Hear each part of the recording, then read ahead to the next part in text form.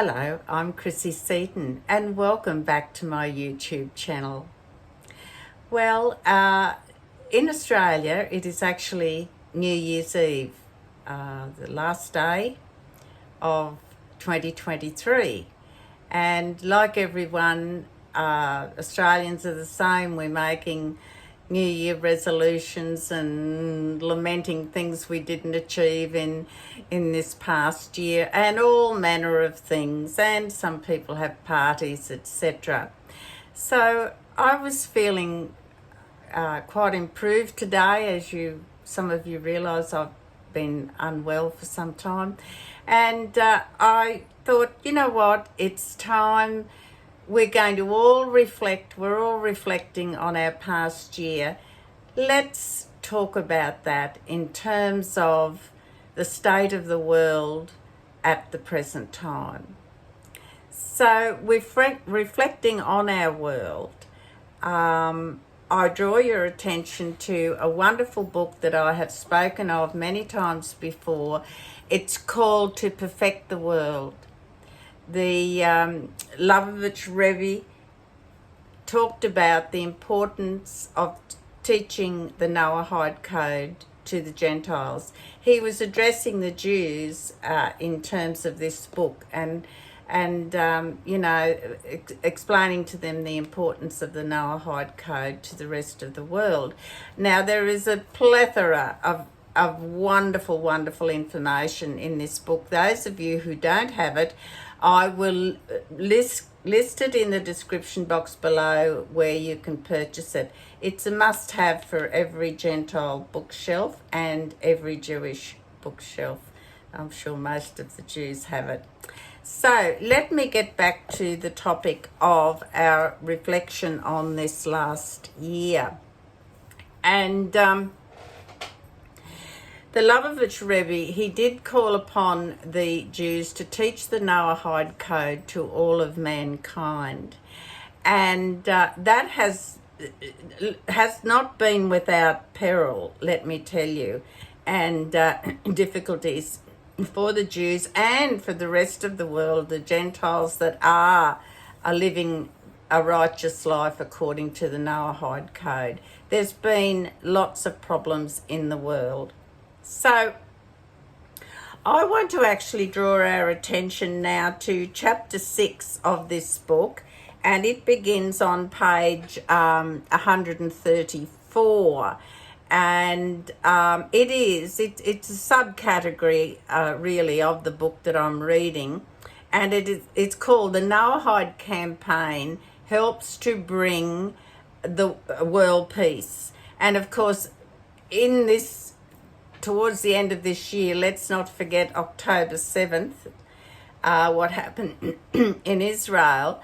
Certainly world peace has not been imminent since that date, has it?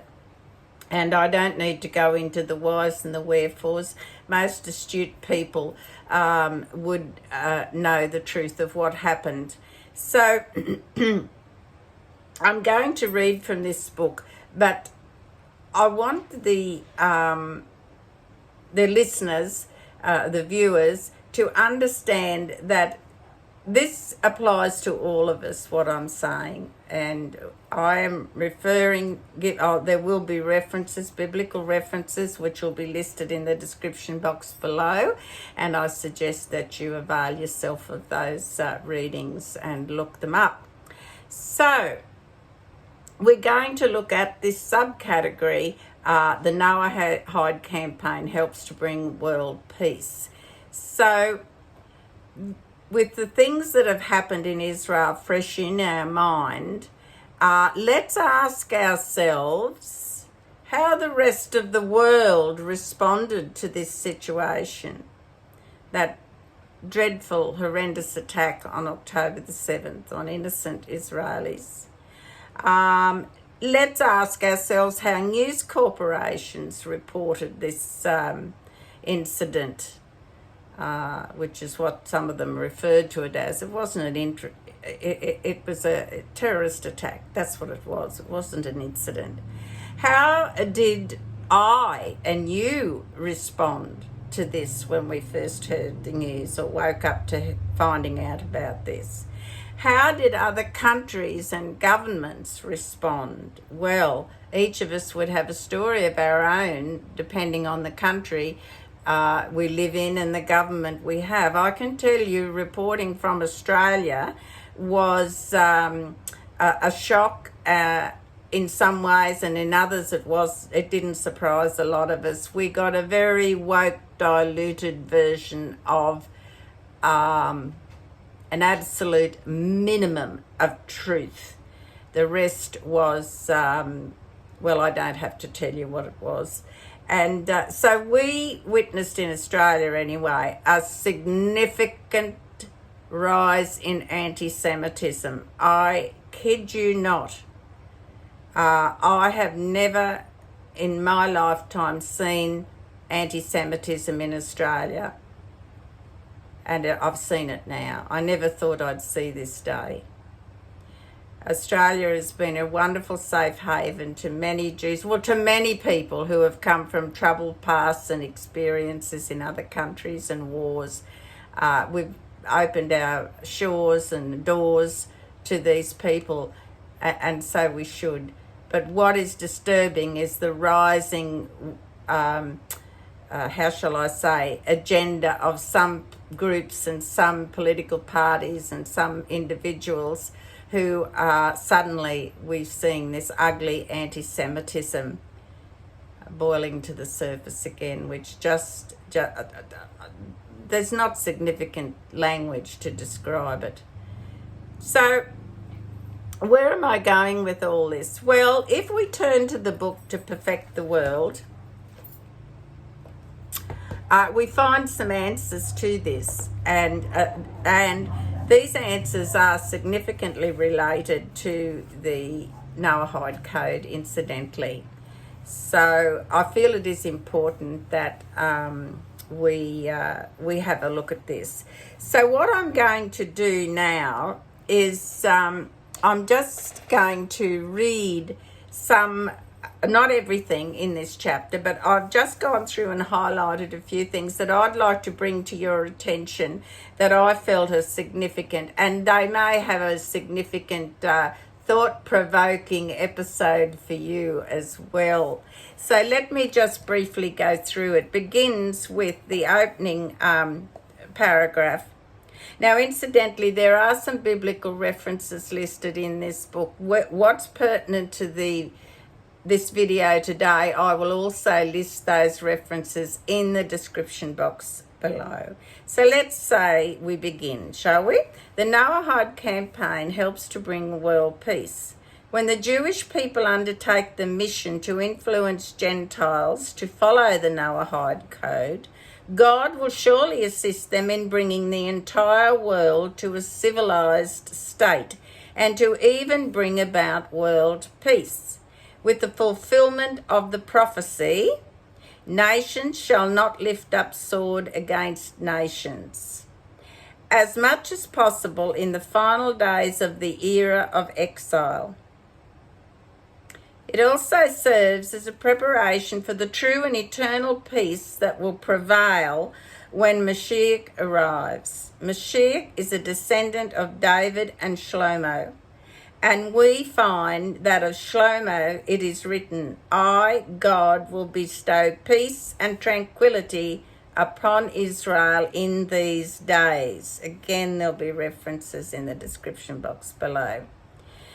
Let's go on. It says more about promoting peace through the Noahide campaign. It says, by bringing goodwill between Jews and Gentiles in a manner consistent with the Torah, in the ways that the Torah prescribes, its ways are ways of pleasantness, and all its paths are peace.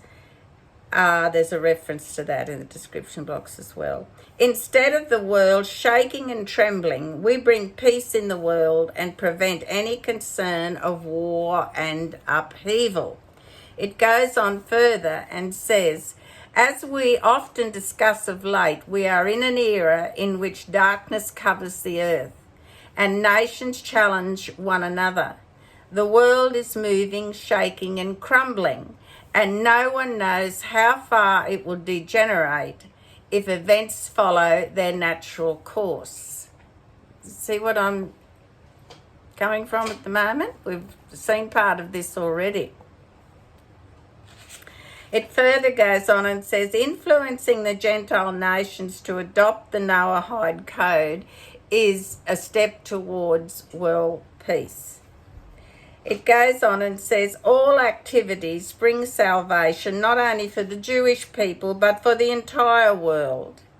By performing one mitzvah, that means one good deed, one tips the scales of divine judgment for himself and the entire world, and brings deliverance and salvation for himself and for them.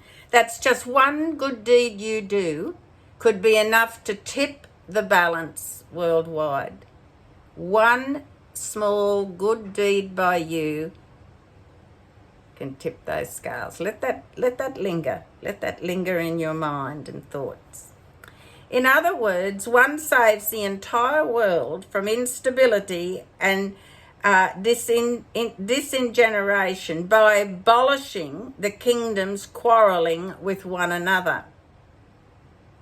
Moreover, this even boosts peace and unity in the entire world, enabling one to more easily increase in good deeds without distractions. Now that's thought-provoking in itself, just those couple of paragraphs, isn't it?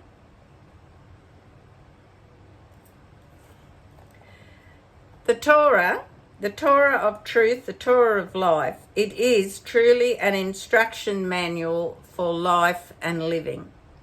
And in that it also contains the commandments by which Gentiles, descendants of Noah, live by, applicable to all mankind. And it's through that, living that righteous life, through those Noahide commandments, 7 Noahide commandments, that we can bring about world peace. But we need the assistance of the Jewish people. And we, as Gentiles, should be firmly in line with the Jewish people as their allies in all that goes on. Let's continue over here. And it says, trust in God, the creator and the director of the universe. This is what we should be doing. He describes how promoting peace is extremely difficult, especially since other nations are not interested. Now, that's true. Some countries do not want to be at peace with other countries. They don't want peace. They want war, destruction, mayhem, absolute diabolical, ungodly results. Especially since these nations are not interested in being a righteous individual themselves, let alone a righteous country as a whole. It is up to us as Noahides and Jews actively to promote goodwill in a pleasant and peaceful manner. Appropriate firmness and matters of principles are included within that manner of approach and how we deal with people. And we've got to invest our time and energy into this with full confidence that Hashem, our loving Father, this is his orders. This is what he wants us to do. A Jew must believe and trust God. At the same time, he must do everything in his power to bring peace and unity worldwide, as we all should be doing. It goes on here and it says, the name Noah is related to the word meaning in Hebrew, it means pleasantness. That's what Noah means. In both the lower physical and the upper spiritual realms, that Noah is an integral part, especially for us as Noahides. This means that observance of these commandments bring pleasantness for the world. He, God that is, formed the world so it could be settled. Now it goes on and says, the Noahide Code is called, it means the pious Gentiles. That's what it means. And that means, there's a word called Hasidai, and it means chesed, which means kindness and love. So that is what we as Noahides, how we should conduct ourselves and live. And it goes on and says that the Jewish influence upon Gentiles is the goodness and pleasantness of observing these mitzvahs. So the Jews have their mitzvahs. They have, over 100 commandments. I've forgotten the exact number now, but the 10 general commandments anyway, and that equates to many hundreds of individual laws, 600 I think, approximately. We as Gentiles, as Noahides, we have 7 divine commandments, and they equate to roughly around 70, some people say 77 individual laws or commandments, but we're not going to argue the toss about that. It goes on and says that we should have, the Noahide Code should be lovingly shared, and it says a Noahide Code is fundamental to education because it consists of simple, rational laws that are necessary to maintain civilization. I'm going to read that again. Noahide Code is fundamental to education because it consists of simple, rational laws that are necessary to maintain civilization. How many schools, public or private schools, teach the Noahide laws? Go out and ask the world that and see what you find, what the answer is. Now, we're going on and it says, he, God, meaning God, formed this world to be settled. These include laws against murder, robbery, and so on. And it goes on and says the right hand, that is one's main power, meaning majority of people are right-handed. You unscrew bottles and jars and things with that, your dominant hand. But it says ought to be used only for lovingly and drawing things close. Isn't that a nice way of putting it? Because that's our dominant hand. So a right-handed approach is pleasantness and peacefulness. Every human is created in the image of God. He must be treated with respect and love. Now, that's something we all need to observe. Every human being is created by God. Hashem created them specifically for a purpose. And so we must be respectful and loving towards each individual. It says lovingly the Noahide Code should be shared, the commandments given to Noah's descendants. Love one's fellow as oneself, and it goes on and says Gentiles can be categorised as one's fellow relative to mankind as a whole. Now bear in mind this book's been written for Jews, but it has tremendous relevance for us as Noahides, to just remind us how important the Noahide commandments are. It says God formed the world to be settled with behaviour based upon foundations of justice and righteousness, and in a peaceful manner. It depends to a large extent on human unity. Peace.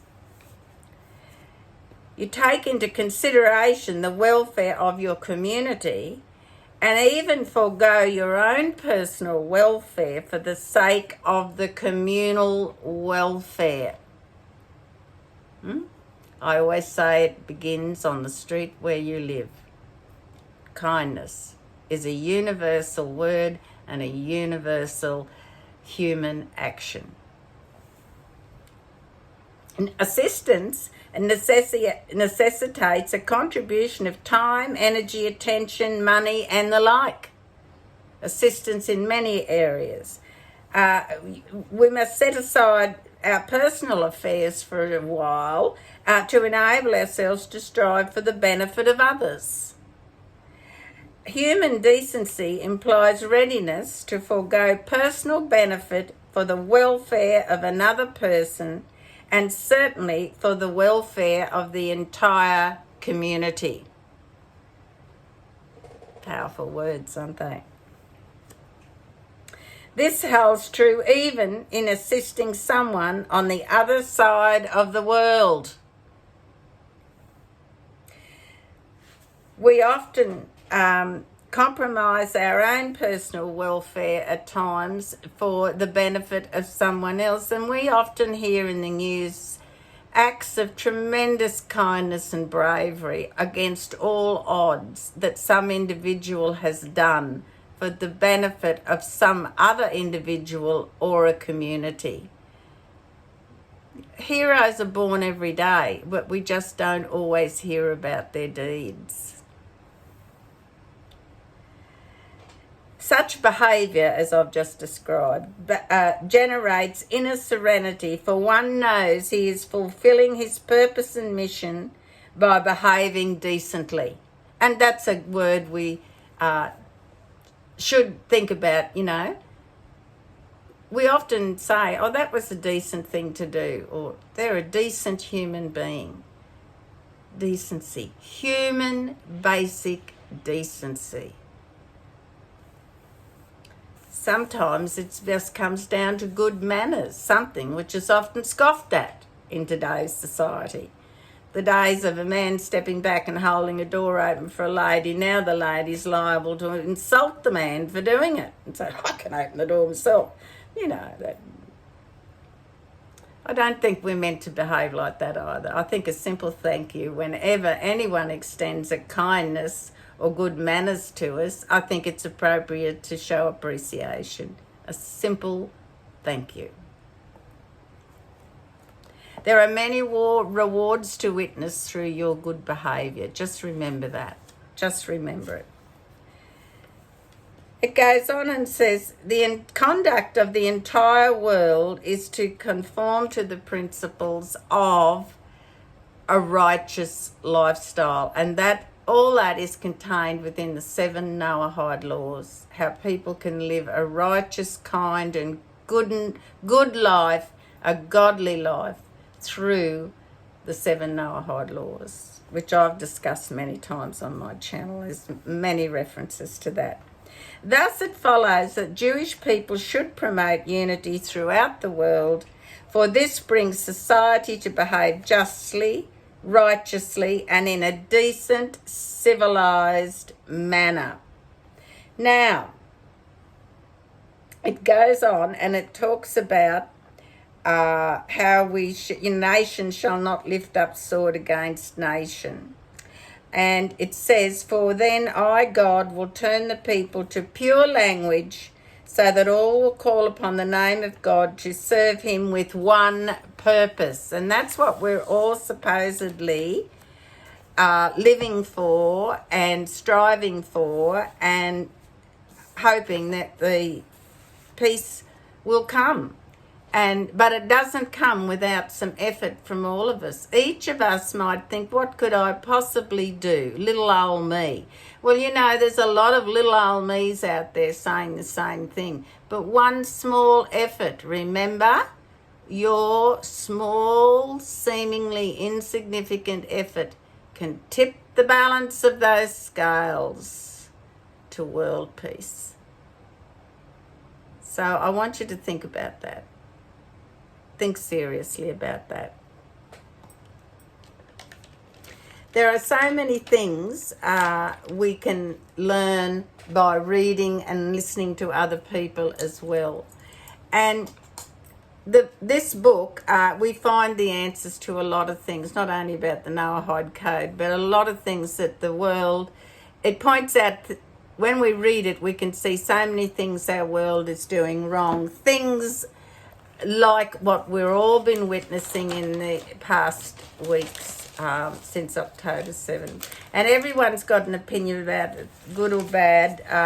Everyone has a way that they think they can solve it. But of course, God will solve it. Don't you worry about that.